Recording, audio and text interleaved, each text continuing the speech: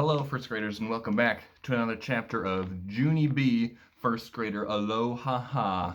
On Friday, we read chapter 3, which was when Junie B and her family went to the airport to go on their trip to Hawaii. And Junie B found out that, to quote herself, the airport does not have a good sense of humor. So don't joke around when you go to the airport, because that's serious stuff. Today we're going to start with chapter 4, which is called Being a Sandwich. After we got to our plane gate, we waited and waited some more. Then, at last, a man said it was time for us to board the airplane. Board the airplane is the airport word for, what do you know, another dumb bunny line. Only good news. This time we were near the front, and so finally, we got to our seats. I get the window seat, I called real loud. Then I ran there speedy quick and I sat right down. There was a teensy shade on the window. I pushed it up and pulled it down. It was a little bit stuckish. That's how come I kept on pushing and pulling it until it loosened up. Pretty soon I tapped on Mother and Daddy.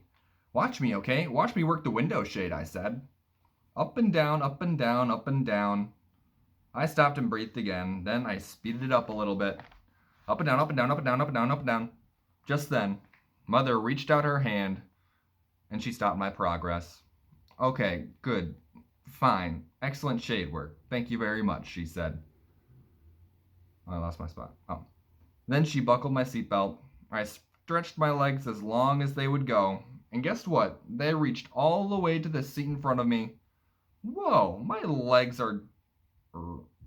Sorry, I keep losing my spot. Oh. Whoa, my legs are as tall as a giant, I said. I flattened my feet against the other seat and I pushed and stretched some more. Then, all of a sudden, the lady in front of me popped up like a jumping jack and she spun around real angry. Would you please stop kicking my seat, she grouched. I don't like having my seat kicked. Mother quick took my legs down. Oh my, sorry, she said. It's her first plane trip. I looked at Mother very curious. But I wasn't even kicking her seat, I said. My legs were just being tall. The lady made a harumph sound, and she turned around again. After that, I laid real still, and I didn't want to move my muscles. Only, wait a second. Hold the phone. Just then, I spotted the cutest thing I ever saw. And it's called, Hey! There's a little tray in the back of the grouchy lady's seat, and it's folded up real flat. I leaned up and opened it. What will they think of next, I said. I practiced folding it in and out. Watch me, Mother. Watch me, Daddy, I said. I stood up tall to demonstrate. In and out, in and out, in and out, in and... Bam! The grouchy lady popped up again. What in heaven's name are you doing now? She grouched. I did a gulp. I'm demonstrating my tray table, I said. Mother's face looked embarrassed. She said that she is sorry again. The lady did a snort and turned back around. Please, Junie B, said Mother, behave yourself. Do not touch that lady's seat one more time. I slumped way down in my seat. Then I reached into my backpack and I pulled out Philip Johnny Bob and I whispered in his softy ear. Do not touch that seat right there, or a grouchy lady will snap your trunk off, I said. Philip raised his eyebrows. Can't touch it, he asked, not even with my little pinky toe? I thought for a second. Well, okay, I guess you can touch it with your little pinky toe, but that's all, I said. And so, very careful, Philip reached out, and he touched the lady's seat with his pinky toe. And she didn't feel a thing. Me and Philip laughed and laughed at that funny joke. Then pretty soon, he tapped on his chin, and he looked very curious at me again. I wonder if there's a grouchy lady behind us, too, he said. I shrugged my shoulders. I don't know, Phil. Why don't you take a peek? I said. And so Philip Johnny Bob turned around, and he tried to peek through the seat crack, but he couldn't get a good look. Excuse me. And so finally, I had to lift him way up to the top of my seat and let him stare back there for a while. Only, bad news. It didn't actually work out that good, on account of we forget that Philip's eyes are buttons, and buttons do not have good distance vision. He came back very glum. Phooey, he said. I couldn't see a thing. Now what? I thought some more. Then, yay! A little light bulb went on in my head, and I quick reached my hand into my backpack again, and I pulled out Hula Girl Dolores. Phil, it's Dolores! It's Dolores! I said. Dolores is skinny enough to fit through the seat space. See? Plus her eyes are not even buttons. Philip smiled. You are sharp as a tack, Junie B, he said. I know it, Philip. I know I am as sharp as a tack, and so I will send Dolores on a spy mission to the seat behind us, I said. Please stand by. After that, I picked up Dolores, and I pushed her through the seat space, and I let her take a nice long peek. Only just then, a little bit of trouble happened, and it's called I felt a tug on Dolores's head. And then whoosh, someone pulled her to the other side of the seat. I could not believe my eyeballs at that situation. Very quick, I got on my knees, and me and Philip looked over the top of my seat, and oh no. Here's what was behind the seat. Looks like another grouchy lady. Another grouchy lady was staring back at us. She was holding Dolores in her hand, and her face was not smiling. She did a frown at me. You're a little bit old to be playing peekaboo, don't you think? She grumped. I did another gulp. Yeah, only we weren't even playing peekaboo, I said. We were on a spy mission, said Philip Johnny Bob. Just then, Daddy stood up and said apology to the woman, and he got Dolores back for me. Then he sat me back in my seat, and he said, if I do not behave myself, we will turn this plane right around, and we won't even go to Hawaii. I looked and looked at that man. That was a bluff, I think. After that, I put Dolores away in my backpack, and me and Philip whispered to each other in real secret. I can't believe it, Phil, I said.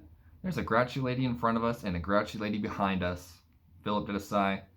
We're right in the middle of a grouchy lady sandwich. We slumped in our seat and we looked out the window. Then, whew, at last, the pilot talked over the loudspeakers and he said we are in the next line for takeoff. Me and Philip hugged each other real happy, and then yippee! The engines got very loud and the plane started to move, and we went faster and faster and faster, and we went all the way up in the sky. It was just like a magic carpet, I tell you. There were puffy clouds wherever I looked. This view takes my breathing away, I hollered at Mother and Daddy. Mother smiled. Yes, it does, she said, but you don't have to shout. I pointed at my ears. Yeah, only there's airplane noise in my head, and so I can't actually hear my own voice, I explained. Mother picked up my backpack.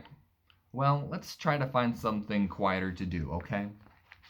Okay, I said back. We looked through all the stuff I brought, then hooray, I spotted my brand new camera. Wow, I almost forgot about that assignment, I said.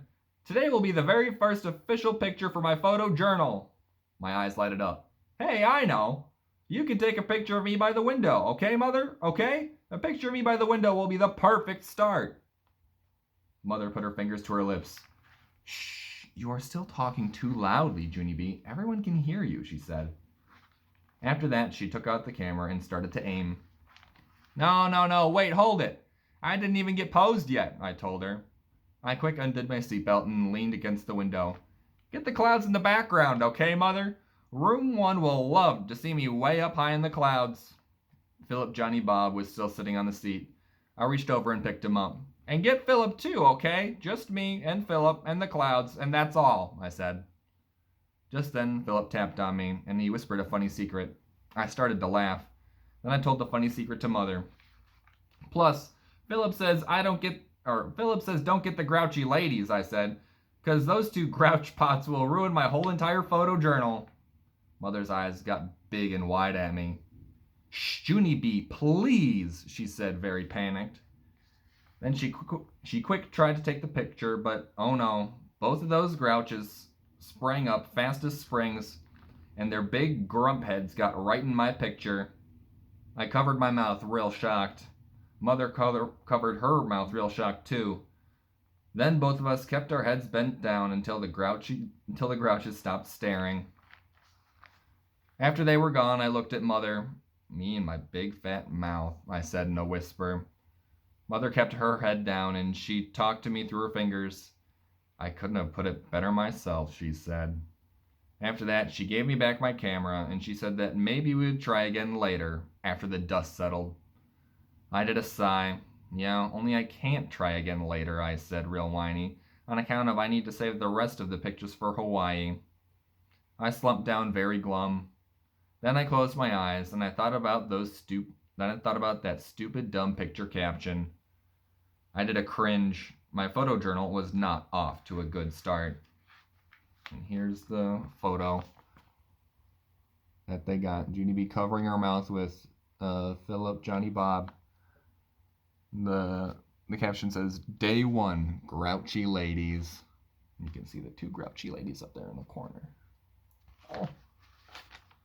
Tomorrow, we're going to start with Chapter 5, which is called Tight Fit. And I'm hoping that Junie B will be off the plane by now because things are not starting off well for her. All right, I'll see you tomorrow.